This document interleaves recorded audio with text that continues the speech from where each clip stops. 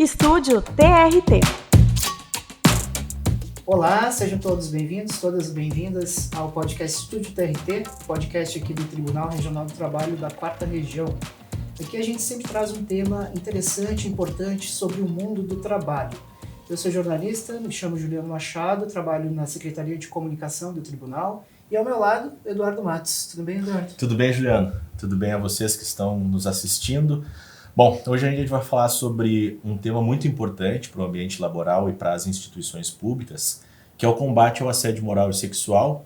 E para conversar conosco sobre esse assunto, recebemos aqui no estúdio a desembargadora Beatriz Henck, que coordena os comitês de combate e enfrentamento à violência, ao assédio e à discriminação dos primeiro e segundo graus aqui do nosso tribunal.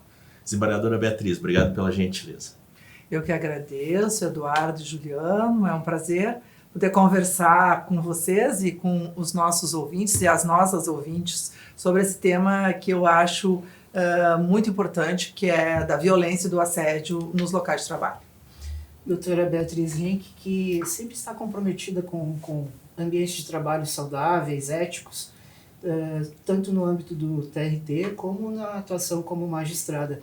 E é muito importante que ela esteja aqui conosco, uma convidada tão especial, porque hoje estamos retomando o Estúdio TRT.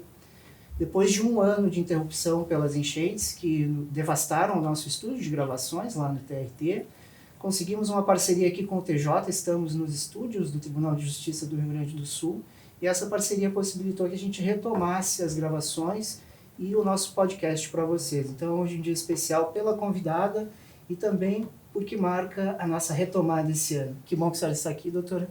É um prazer, então, justamente fazer parte da nossa retomada. Bom, desembargadora, é sempre bom a gente retomar algumas atividades que foram interrompidas, ainda mais que a gente passou por um momento tão triste da nossa história aqui do Rio Grande do Sul. Foram muitos mortos, destruição pelo Estado. Então é satisfatório que a gente consiga retomar um trabalho que foi interrompido por esse problema que a gente registrou aqui no Estado. Bom, desembargadora, a gente tem agora a semana de combate ao assédio moral e sexual no nosso tribunal. Esse é um tema que se debate o ano inteiro, mas nesta semana em especial, a gente foca nesse assunto e amplia esse debate. Eu queria começar já lhe perguntando, na verdade pedindo uma avaliação sua sobre a importância de debates como esse.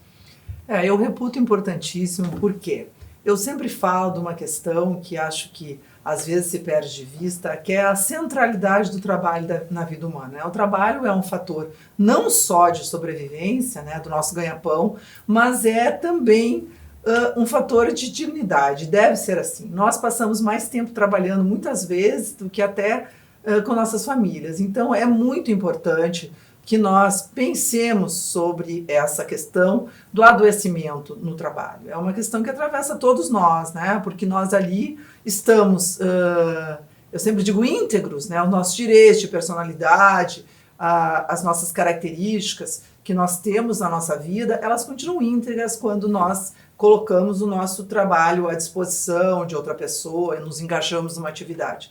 E é muito comum, e nós temos visto isso de uma forma às vezes preocupante, o adoecimento no local de trabalho, por várias questões, por violências, por discriminação por gênero, discriminação por raça, discriminação da pessoa com deficiência, do capacitismo, discriminação por orientação sexual, muito de, vamos dizer assim, por práticas que às vezes tangenciam ou são abusivas, de produtividade, por outras investidas de caráter sexual, que são muito nocivas e, infelizmente, por mais que a gente discuta isso, parece que cada vez mais isso acontece. Então, o tema é importantíssimo, tanto nas relações privadas, nas empresas privadas, quanto no serviço público. Hoje nós temos todo um debate, por isso temos esses comitês que são constituídos por determinação do Conselho Nacional de Justiça e do Conselho Superior da Justiça do Trabalho.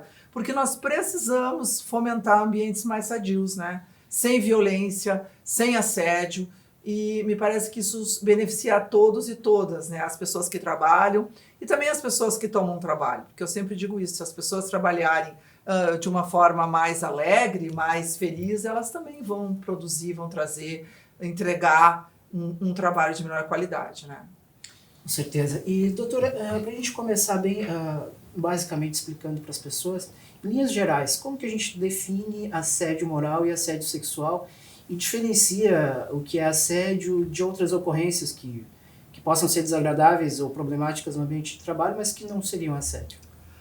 Eu acho que esse conceito de assédio ele evoluiu no tempo, né? Nós, inicialmente, nós nos fixávamos muito na doutrina de uma psicanalista francesa chamada Marie-France Irigoyen. Ela fez um trabalho belíssimo, ela escreveu livros e ela atendeu muitas vítimas de assédio. Ela e uma médica de São Paulo, a Margarida Barreto. Então, primeiro nós tínhamos uma ideia que o assédio ele era atitudes, né, que visavam humilhar pessoas e que tinham que acontecer de forma reiterada. Hoje esse conceito ele é alargado. Hoje nós temos uma convenção internacional da OIT, a Convenção 190, que é a Convenção sobre a Erradicação do Assédio e outras formas de violência, e ela trata o assédio num guarda-chuva bem maior, né? Então, são práticas que violam, que adoecem, que ofendem as pessoas de natureza que podem acontecer, digamos assim, mesmo sem intencionalidade, né? E uma ou mais vezes. E podem ser dirigidas a uma pessoa ou também a um grupo de trabalhadores ou trabalhadoras numa empresa que a gente pode chamar de assédio moral organizacional. Então são todas essas práticas que violam a intimidade, a privacidade, os direitos de personalidade, mesmo que sem intenção, mas acabam por violar e que adoecem o ambiente de trabalho. E o assédio sexual seriam essas práticas voltadas para o conteúdo sexual, né? São investidas que podem ser físicas ou não, pode ser também apenas verbais, né, de agressão à intimidade, invasão da privacidade das pessoas, né? O assédio sexual normalmente acontece mais com as mulheres, isso porque nós temos um país muito marcado por essa questão do patriarcado, assim como é marcado pelo racismo também, e nós vemos essas ações de assédio sexual, a maioria das vezes voltadas às mulheres, mas não exclusivamente. Pode também existir, inclusive em relações homoafetivas, e nós já tivemos, eu pessoalmente já enfrentei casos nesse sentido, né? Então, o assédio, ele se diferencia das práticas saudáveis porque é isso. É óbvio que o empregador pode cobrar a produtividade dos seus trabalhadores, mas há limites, né? E esses limites são ultrapassados quando se torna uma prática agressiva, comparativa ou depreciativa, né, das pessoas, né, que trabalham. E é importante dizer também que não é possível mais que se faça aquela ilação, mas a pessoa era muito frágil. Não. Cada pessoa vai responder a essas práticas abusivas de uma forma, dependendo da sua particularidade, das suas características, mas isso não, de forma alguma, não exclui a conceituação de assédio, né? E o assédio organizacional, que era uma coisa que antes se tinha muita dúvida, mas não houve uma humilhação específica daquele trabalhador ou trabalhadora. Não é necessário, né? Às vezes são práticas que se dirigem a todos, em reuniões, onde há muita agressividade nas cobranças, a exposição dos trabalhadores, exposição a cânticos, a orações, a qualquer outra situação que envolva ofensa à privacidade de cada pessoa, né? Eu acho que isso é importante dizer. Todos esses direitos que nós temos na nossa vida como cidadãos, eles permanecem íntegros quando nós estamos no ambiente de trabalho, porque nós estamos prestando uma atividade, não é possível ingerência sobre a personalidade de cada pessoa. E isso se aplica tanto a relações de emprego estrito sensu, que são aquelas de trabalhador subordinado, CLT, né, como se diz, quanto a estagiários, prestadores de serviço, empregados que trabalham mediante terceirização, servidores públicos, como é o nosso caso também, e por isso que se faz toda essa campanha interna, que essa semana nós estamos fazendo, também para conscientizar que nos espaços públicos, mesmo sem haver essa questão, né, do capital ali, do lucro, existe também assédio. Eu acho uma coisa importante também a ser dita, é que o principal é combater, é esclarecer, é difundir conhecimento, porque muitas vezes o assédio é praticado e não é nem por maldade, é por também dificuldade do assediador. O assediador também sofre E nós já vimos isso até em processos, o sofrimento do assediador. É uma pessoa que muitas vezes não sabe como se dirigir à sua equipe, ela também tem dúvidas ou inseguranças. Então, é muito importante que a gente debata, como estamos debatendo aqui, sobre o que é assédio e como a gente pode fazer para fomentar ambientes sadios. Isso é o mais importante. A gente está conversando aqui no estúdio TRT com a desembargadora Beatriz Henke. Desembargadora, eu acho que duas em uma, assim. A primeira é lhe pedir alguns exemplos de assédio moral e sexual para que as pessoas tenham uma noção que daqui a pouco alguém está sofrendo isso e não sabe que está sofrendo esse tipo de caso, né? Eventualmente de processos que a senhora, por exemplo, relatou. E uma outra questão, quando que é considerado assédio? Existe uma periodicidade, ou seja, chamou uma vez, sei lá, assediou uma vez, aí a outra vez o trabalhador foi assediado, sei lá, 3, 4 meses depois, ou tem que ser alguma coisa mais frequente? Então, foi o que eu falei no início. Antigamente, nós tínhamos uma compreensão muito vinculada a essa tese dessa doutrinadora, essa psicanalista francesa, de que para se configurar o assédio era necessária uma repetição.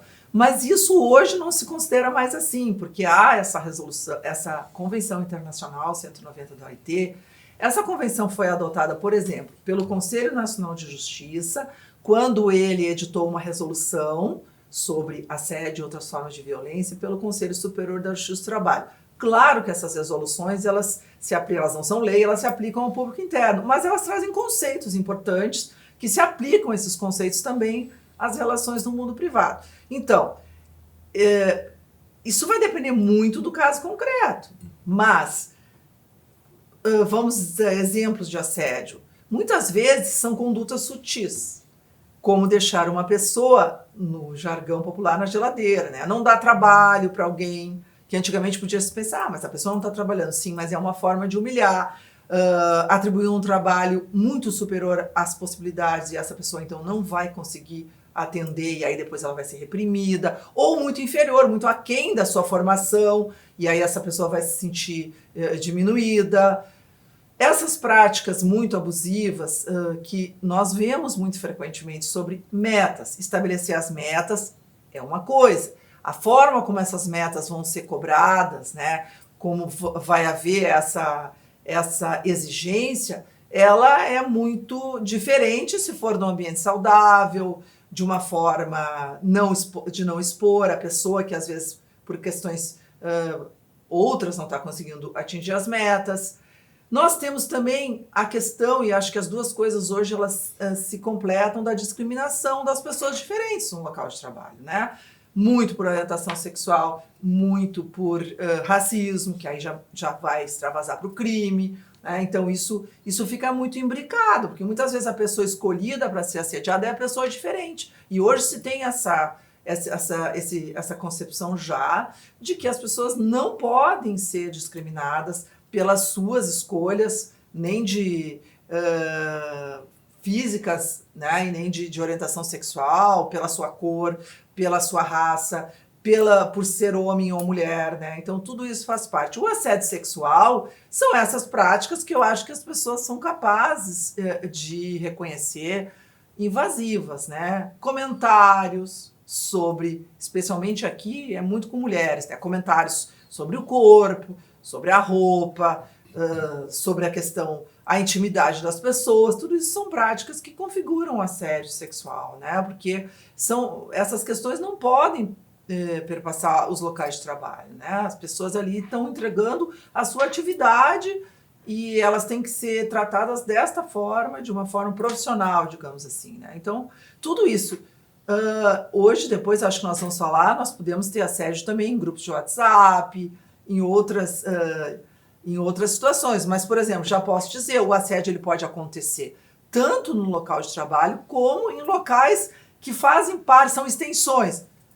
A janta da empresa, a festa, né, que diz respeito à empresa, ali também pode acontecer assédio, né? Hoje nós temos uma forma de assédio muito particular, que foi muito falada, que é o assédio eleitoral, né, que é um assédio que aí ele tem uma outra característica, que é de tentar obrigar os trabalhadores ou trabalhadoras a votarem naquele candidato que mais interessa, candidato ou candidata, né, o dono do empreendimento, digamos assim, e aí ele avança em mais uma questão que é a ordem democrática, né, porque além de ele infringir ali, de ele está impedindo o trabalhador de manifestar a sua vontade, ele está comprometendo o processo eleitoral. Isso foi muito falado nas últimas eleições, é uma forma de assédio específica e por isso está sendo muito tratado, inclusive, porque ele, infelizmente, também nos últimos tempos, ele se exarcimou bastante. É Né? verdade. Pois é, doutora, e na sua vivência, né, na sua prática como magistrada, o que a senhora tem percebido enquanto, assim, quais seriam os principais desafios para as empresas prevenirem esse tipo de prática? Eu acho que é conhecimento, Juliana, sabe? É difusão de conhecimento, porque muitas vezes algumas pessoas pensam também, a gente vê isso até no nosso trabalho, né, no trabalho público, pensam que estão sendo exigentes apenas, né, que são exigentes com o trabalho, e muitas vezes estão ultrapassando os limites e ofendendo e causando adoecimentos no trabalho. Então, eu acho assim, formação é muito importante, prevenção é muito importante, mostrar que a empresa se preocupa com o ambiente saudável, para que as pessoas saibam que não é permitido praticar isso dentro dos locais de trabalho, e ter canais de denúncia quando acontecer, acreditar também nas pessoas, né? Porque existe muito isso também da palavra da vítima, que hoje se debate muito, por exemplo, nas questões de assédio sexual e crimes sexuais, inclusive. Não se acreditar na palavra da vítima, porque muitas vezes é muito difícil ter provas de assédio sexual, especialmente, porque obviamente que ele não vai ser praticado na frente de muitas testemunhas, isso é da natureza do assédio sexual. Então, ter canais de denúncia e seriedade na investigação e na formação das lideranças, eu acho que é muito importante e é capaz, sim, de promover um ambiente mais sadio.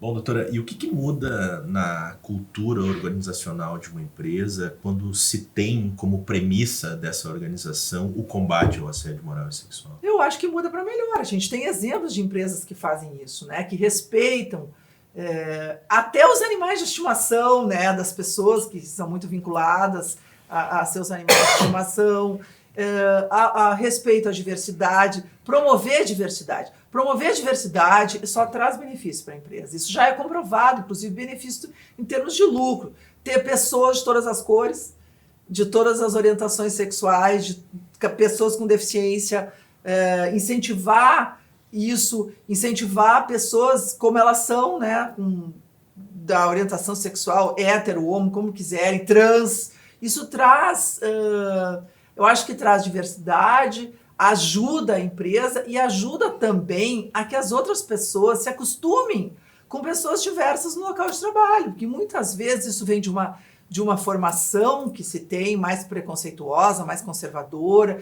no sentido de se surpreender com pessoas diferentes. À medida que nós temos pessoas diferentes conversando conosco, é mais provável que nós possamos conviver e entender que aquelas pessoas são exatamente iguais a nós, apenas, né, com algumas outras características. Então, eu acho que a empresa fica muito melhor, eu acho que se evita adoecimento. Adoecimento no trabalho é uma coisa que é, obviamente, muito ruim, e especialmente ruim para a pessoa que adoece, mas ela traz prejuízo para todos, porque a empresa também fica sem aquela pessoa, o Estado tem que pagar, porque o assédio, ele traz muitas doenças, estresse, depressão, ansiedade, problemas gástricos, problemas físicos mesmo, que vão ter que ser atendidos, a pessoa vai ter que ser atendida, vai ter que tirar benefício previdenciário, gozar benefício previdenciário, então é ruim para todo mundo. O ambiente saudável, ele fomenta melhores ideias, mais criativas, mais diversas, porque, de novo, homens, mulheres, pessoas héteros, pessoas gays, pessoas trans, pessoas homo, pessoas negras, pessoas brancas, pessoas amarelas de todos os tipos, elas têm ideias diferentes que só se complementam. Então é muito interessante, é muito criativo, é muito instigante um ambiente de trabalho diverso. Doutora, eu queria voltar um pouquinho na questão da prova, né? No caso mais de assédio sexual, porque muitas vezes as pessoas não denunciam, não levam isso aos seus superiores hierárquicos. com o pensamento de que eu não tenho prova, eu não tenho como sustentar isso, e muitas vezes também não ingressam com ações trabalhistas na Justiça do Trabalho por causa disso, pensando dessa forma.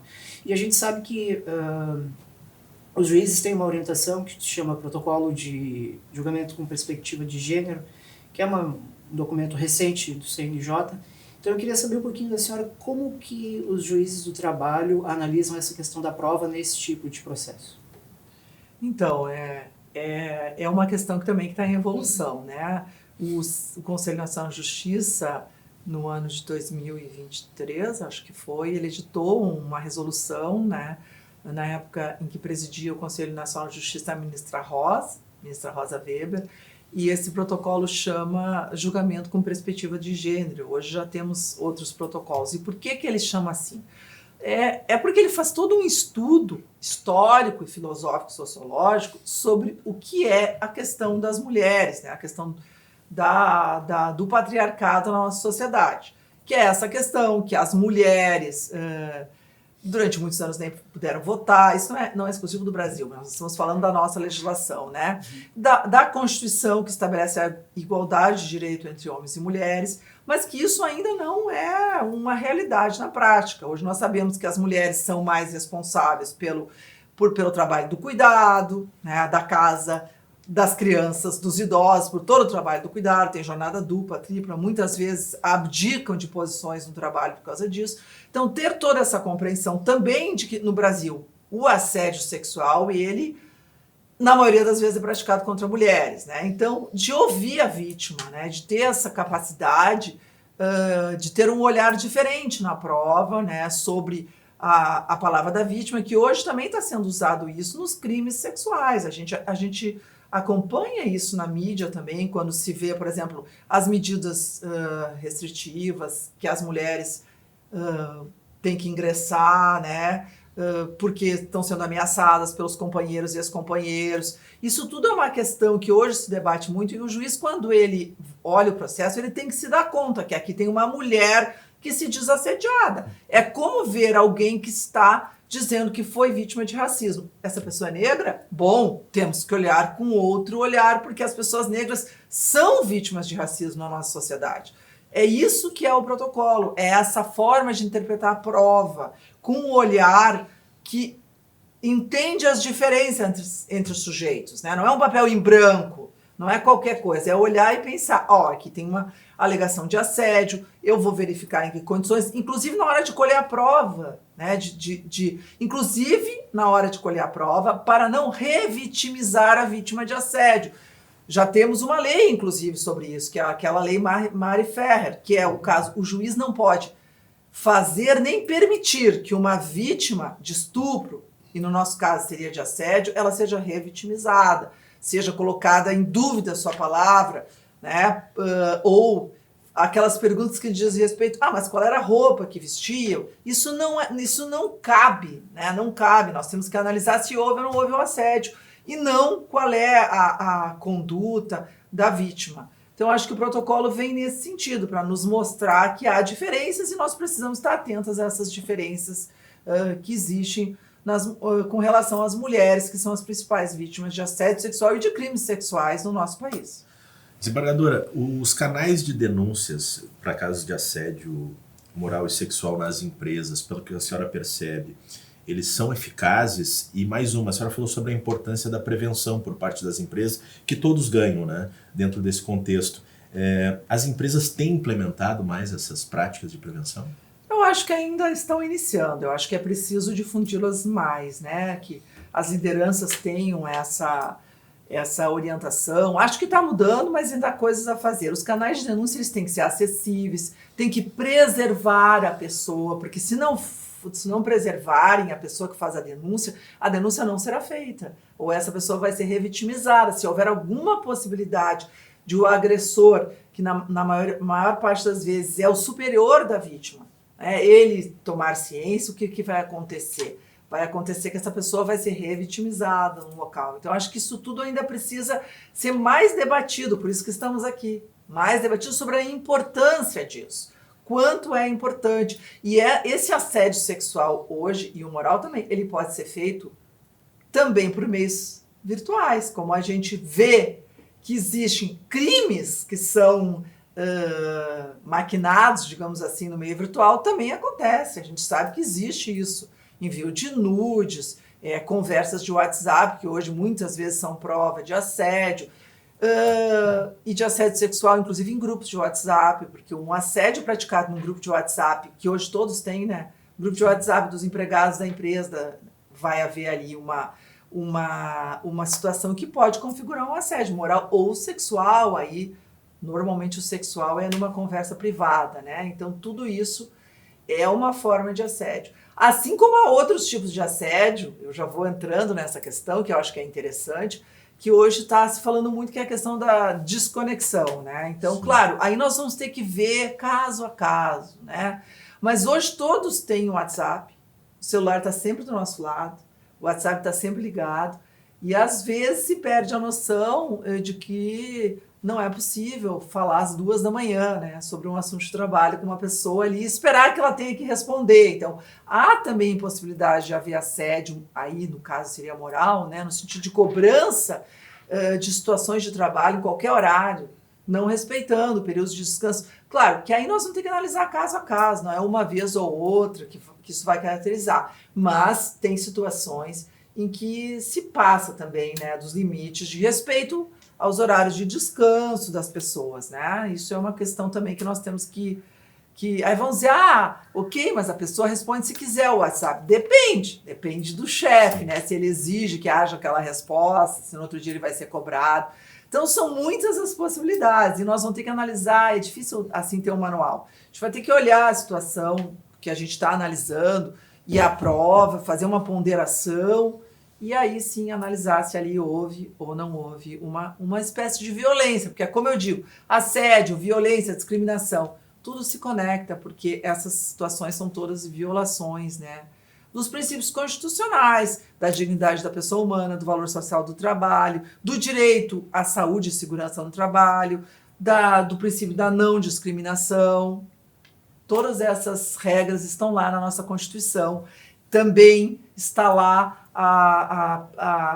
o direito à intimidade e à privacidade, quer dizer, as coisas privadas são direito das pessoas, mesmo quando elas estão trabalhando, né? Eu acho que às vezes há uma certa confusão sobre o que é subordinação. Subordinação, ela é jurídica, é eu cumprir aquelas atividades, daquela organização para a qual eu trabalho. Ela não é da minha pessoa, não é o trabalhador, é o trabalho dele que é subordinado. E isso muitas vezes gera uma confusão muito grande, né?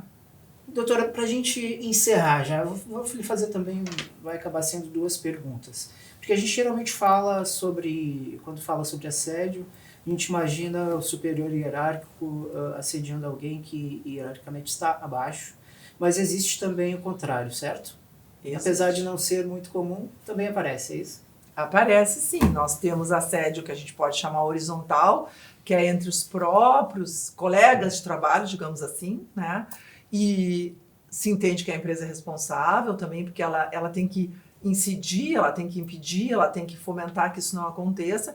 E existe em casos raros, mas pode existir sim o assédio dos subordinados contra um superior. Às vezes uma pessoa que chega no local de trabalho, que é nova, né, e essas pessoas não a recebem bem, pode existir sim. É muito raro, mas pode. E como eu falei que seriam 2 perguntas em uma, né?